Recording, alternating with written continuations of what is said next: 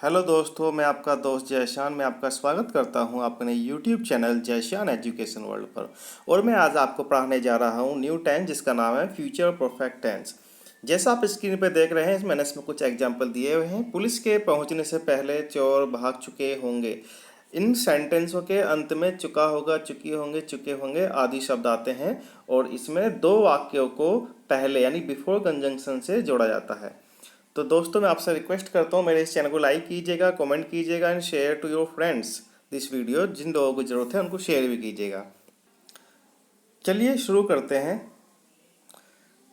पहचान इसकी होती है, इसमें हिंदी वाक्यों के अंत में चुकेगा, चुकेगी, चुकेंगे, या चुका होगा, चुके होंगे, चुकी होगी, या लिया होगा, गई होगी, गए होंगे आदि शब्द आते हैं।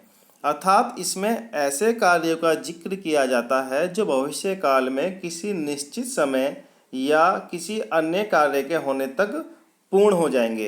या फिर हम कह सकते हैं इसमें कोई इमेजिनरी हम पावर देखते हैं कि तब तक मैं काम कर चुका हूँगा। फ्यूचर में हम इमेजिन करते हैं, प्लान करते हैं, यानी कि अपने आप से एक डिटर्मिनेशन का वादा करते हैं। ठीक है, देखते हैं इसकी हेल्पिंग वर्ब्स क्या होती हैं।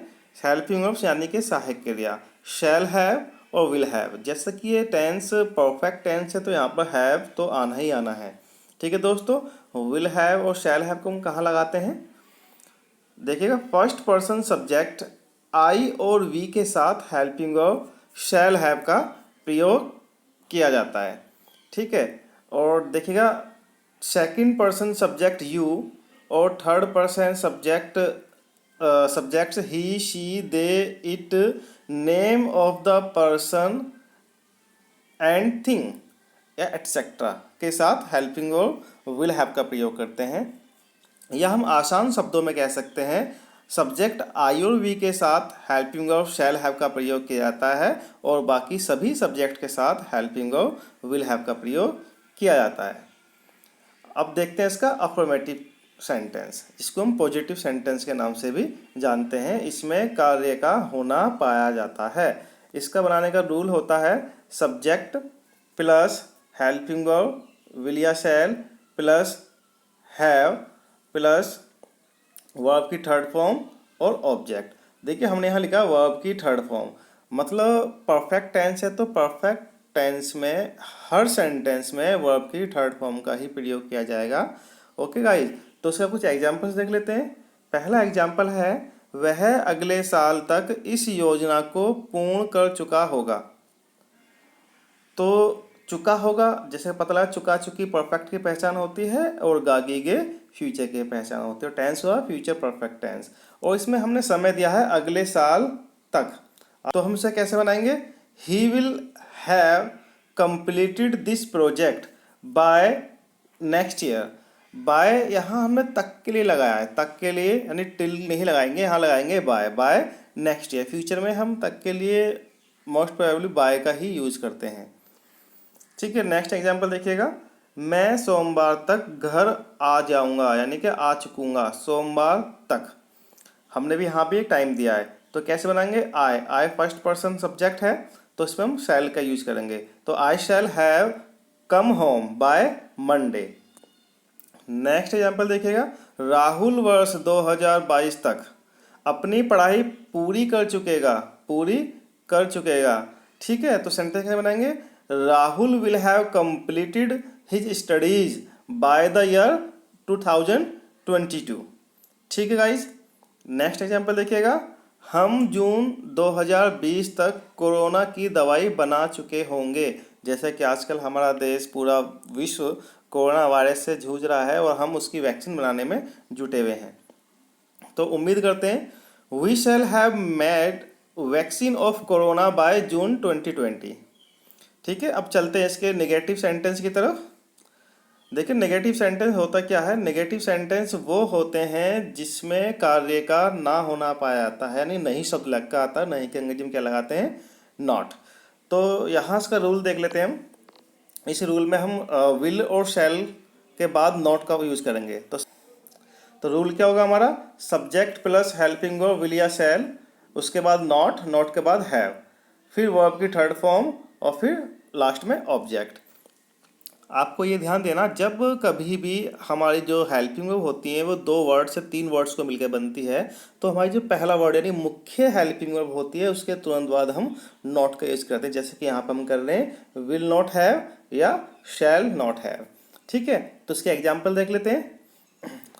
वह अगले साल तक डांस नहीं सीख चुकेगा, तो कैसे बनाएंगे इसको? यहाँ हम नॉट का यूज किया, नेगेटिव सेंटेंस है। He will not have learned dance bye next year. Okay, next sentence, हम मंगलवार तक आपके भाई को नहीं खोज चुकेंगे, तो कैसे बनाएंगे? We shall not have found your brother by Tuesday. सोमवार मंगलवार की बात करें, मंगलवार तक, और यहाँ वी के साथ यानी फर्स्ट पर्सन सब्जेक्ट वी के साथ हम हमेशा शैल का यूज करते हैं। नेक्स्ट एग्जाम्पल, वह शाम तक दिल्ली नहीं पहुँच चुका होगा, दिल्ली नहीं पहुँच चुका होगा, तो कैसे बनाएंगे? He will not have reached Delhi bye the evening. Next example, police अदालत की अगली सुनवाई तक चोर को गिरफ्तार नहीं कर चुकेगी, अगली सुनवाई तक, तो sentence, the police will not have arrested the thief by the next hearing of the court.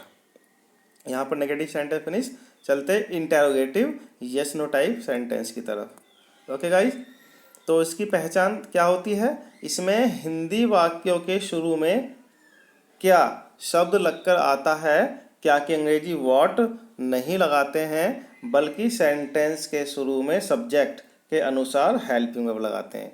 ठीक है, तो इसका रूल देख लेते हैं। इसका रूल होगा, पहले हम स्टार्टिंग में लगाएंगे हेल्पिंग वर्ब विल या शैल, उसके बाद सब्जेक्ट, सब्जेक्ट के बाद नॉट, नॉट के बाद हैव, और फिर वर्ब की थर्ड फॉर्म, फिर ऑब्जेक्ट, लास्ट में क्वेश्चन मार्क तो लगाना है। और नोट हम कब लगाएंगे? अगर हमारा सेंटेंस इंटरोगेटिव नेगेटिव है तो। ठीक है गाइस, इसका एग्जाम्पल देख लेते हैं। पहला एग्जाम्पल, क्या वह अगले रविवार तक अपना पाठ याद नहीं कर चुका होगा? क्या वह अगले रविवार तक अपना पाठ याद नहीं कर चुका होगा, तो कैसे बनाएंगे? पहले हम लगाएंगे हेल्पिंग वर्ब स्टार्टिंग में, विल ही नॉट हैव। देखिए इसमें नॉट का यूज़ किया है तो सब्जेक्ट के बाद नॉट आएगा, जैसा कि हमने रूल में दिया हुआ है। ओके गाइस, तो सेंटेंस क्या बनेगा? Will he not have learned his lesson bye next Sunday. Next example, क्या मैं वर्ष 2025 तक IAS ऑफिसर बन चुका हूँगा? ठीक है, ये मेरा टारगेट है और मैंने अपने आप से ही क्वेश्चन किया है। तो सब्जेक्ट है इसमें first person I, first person I है, तो उसके साथ हम हेल्पिंग वर्ब शैल का यूज़ करेंगे। तो सेंटेंस बनेगा, shall I have become an IAS officer by the year 2015, last में क्वेश्चन मार्क। नेक्स्ट एग्जाम्पल, क्या सीमा शाम तक खाना बना चुकेगी? क्या सीमा शाम तक खाना बना चुकेगी? सीमा थर्ड पर्सन है तो क्या आएगा यहाँ पर? हेल्पिंग वर्ब विल आएगा। सेंटेंस बनेगा, will Seema have cooked the food by the evening. Okay guys, next example देखिएगा, क्या हम कल शाम से पहले अपना कार्य समाप्त कर चुकेंगे? कल शाम से पहले अपना कार्य समाप्त कर चुकेंगे, तो यहाँ पर सब्जेक्ट है हमारा फर्स्ट पर्सन, तो इसके साथ हम क्या यूज़ करेंगे? हेल्पिंग वर्ब शैल का यूज़ करेंगे, हेल्पिंग वर्ब शैल का यूज़ करेंगे। तो कैसे बनाएंगे? Shall we have finished our work before tomorrow evening. Okay guys, हम चलते हैं इंटेरोगेटिव WH टाइप की तरफ। इंटेरोगेटिव WH टाइप की पहचान क्या होती है? इसमें हिंदी वाक्यों के बीच में प्रश्नवाचक शब्द जैसे कब, कौन, कहाँ, कैसे आदि आते हैं, इनकी अंग्रेजी सेंटेंस के शुरू में लगाते हैं। तो इसको बनाने का नियम क्या होगा? इसको बनाने का नियम यानी कि रूल होता है, हम सेंटेंस के स्टार्टिंग में लगाएंगे क्वेश्चन वर्ड, ठीक है, और फिर उसके बाद हेल्पिंग वर्ब विल या शैल, फिर सब्जेक्ट। अगर सेंटेंस हमारा इंटेरोगेटिव नेगेटिव है तो नॉट का यूज करेंगे, उसके बाद हैव, और फिर वर्ब की third form plus object and question mark. इसका पहला एग्जाम्पल देखिएगा, वह सोमवार तक कहाँ पहुँच चुकी होगी? वह सोमवार तक कहाँ पहुँच चुकी होगी, तो इसमें क्वेश्चन वर्ड क्या है जो मैंने रेड किया हुआ है, इसको कहाँ, कहाँ की अंग्रेजी होती है वेयर। ठीक है। फिर उसके बाद हेल्पिंग वर्ब, सब्जेक्ट और फिर वर्ब की थर्ड फॉर्म। तो सेंटेंस कैसे बनेगा, where will she have reached by Monday. Next example देखते हैं, मैं दोपहर तक यह काम कैसे समाप्त कर चुकूंगा। कैसे, क्वेश्चन वर्ड क्या है इसमें रेड कलर में, कैसे। कैसे की अंग्रेजी पहले लिखेंगे हाउ। और देखिए सब्जेक्ट यहाँ पे क्या है, फर्स्ट पर्सन आई दिया हुआ है, और हम आई और वी के साथ क्या लगाते हैं, हमेशा हेल्पिंग और शैल का यूज करते हैं। तो सेंटेंस बनेगा, how shall I have finished this work by the noon, दोपहर तक। नेक्स्ट एग्जाम्पल, किसान अगले साल तक कितना अनाज उगा चुके होंगे। कितना, क्वेश्चन वर्ड, ठीक है। तो इसको स्टार्टिंग में लिखेंगे हाउ मच ग्रेन। यहाँ पर कितने के साथ हमने ऑब्जेक्ट साथ दिया है, तो क्या आएगा, how much grain will the farmer have grown by next year. ठीक है, सेंटेंस बहुत खूबसूरत है। तो नेक्स्ट सेंटेंस की तरफ चलते हैं। बच्चे शाम तक पार्क से वापस क्यों नहीं आ चुके होंगे। ये इंटेरोगेटिव का नेगेटिव सेंटेंस, हमने क्यों के बाद नहीं का यूज भी किया हुआ है। ठीक है, तो क्वेश्चन वर्ड क्यों को स्टार्टिंग में ले आएंगे। Why will the children not have come back from the park by the evening, by the evening. Okay guys, तो ये इंटेरोगेटिव सेंटेंस भी यहाँ पर खत्म होता है। चलते हैं नेक्स्ट स्लाइड पर। यहाँ मैंने स्टार्टिंग में दो सेंटेंस लिखे थे, पुलिस के पहुंचने से पहले चोर भाग चुके होंगे, या बच्चों के सोने से पहले माताजी खाना बना चुके होंगी। यहाँ क्या किया है हमने, यहाँ हमने दो टेंस पहले यानी कि बिफोर शब्द से जोड़े हुए हैं। एक टेंस क्या है, पुलिस के पहुंचने से पहले, दूसरा है चोर भाग चुके होंगे। ठीक है, दो टेंस है तो जाहिर सी बात है दो अलग अलग टेंस में ही बनेंगे। एक टेंस तो यही होगा फ्यूचर परफेक्ट टेंस, और दूसरा होगा प्रेजेंट इंडेफिनिट टेंस।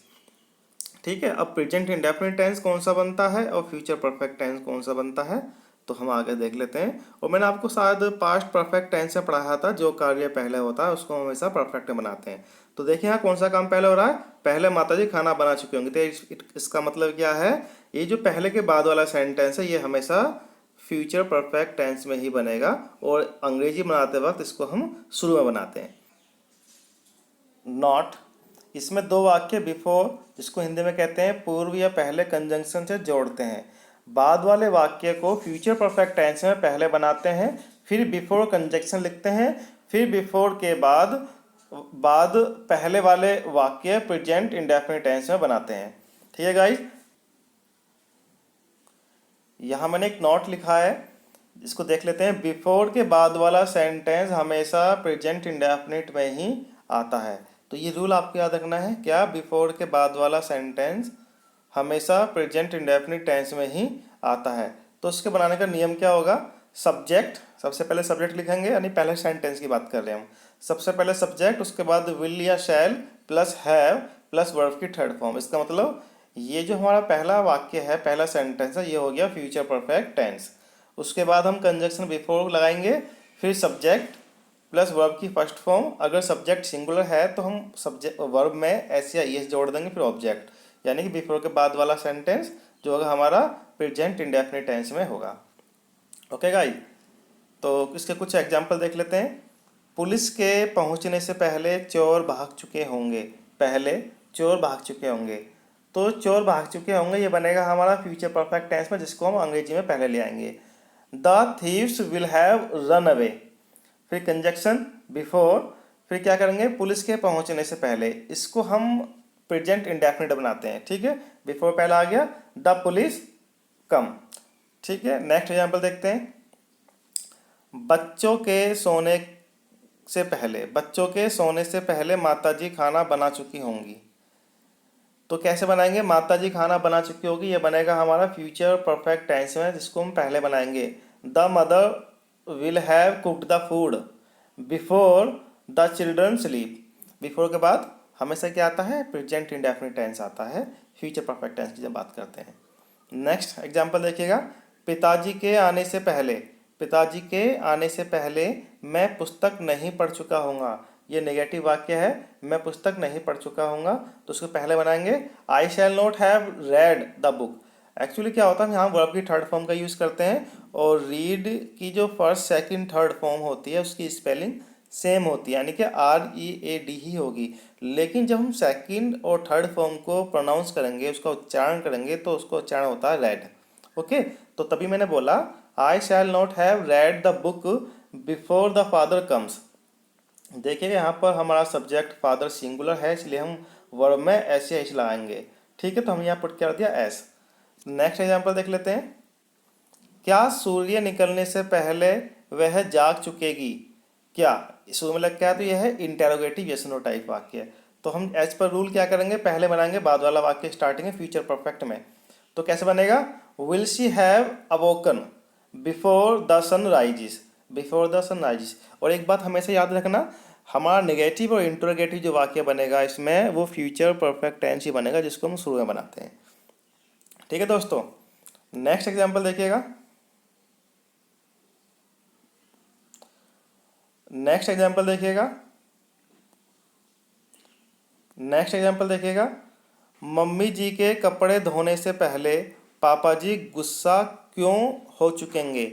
यह हमने एक क्वेश्चन वर्ड का यूज किया है, क्यों। तो इस सेंटेंस पहले बनाएंगे, why will the father have become angry before the mother washes the cloth. The mother washes the cloth. Wash हमारा वर्ब की फर्स्ट फॉर्म है, लास्ट में एस एच है, इसलिए हमने इसमें ईएस जोड़ा, क्योंकि सब्जेक्ट हमारा सिंगुलर है, द मदर। ठीक है दोस्तों, तो यहाँ हमारे सेंटेंस खत्म हुए। तो उम्मीद करता हूँ आपको ये समझ में आ गया होगा। और फिर भी आपकी अगर कोई क्वेरी है, कोई क्वेश्चन है, तो आप क्या करेंगे, कमेंट बॉक्स में उस क्वेश्चन को कर सकते हैं, मैं आपका रिप्लाई ज़रूर करूँगा। और इस बार मैं अपने कमेंट बॉक्स में कुछ सेंटेंस देने वाला हूँ हिंदी में, जिसका आपको इंग्लिश में ट्रांसलेट करना है। उम्मीद करता हूँ आप इसको एंजॉय करोगे। और तब तक के लिए धन्यवाद, बाय बाय। मिलते हैं आपसे अपने नेक्स्ट वीडियो में। Tata, bye bye.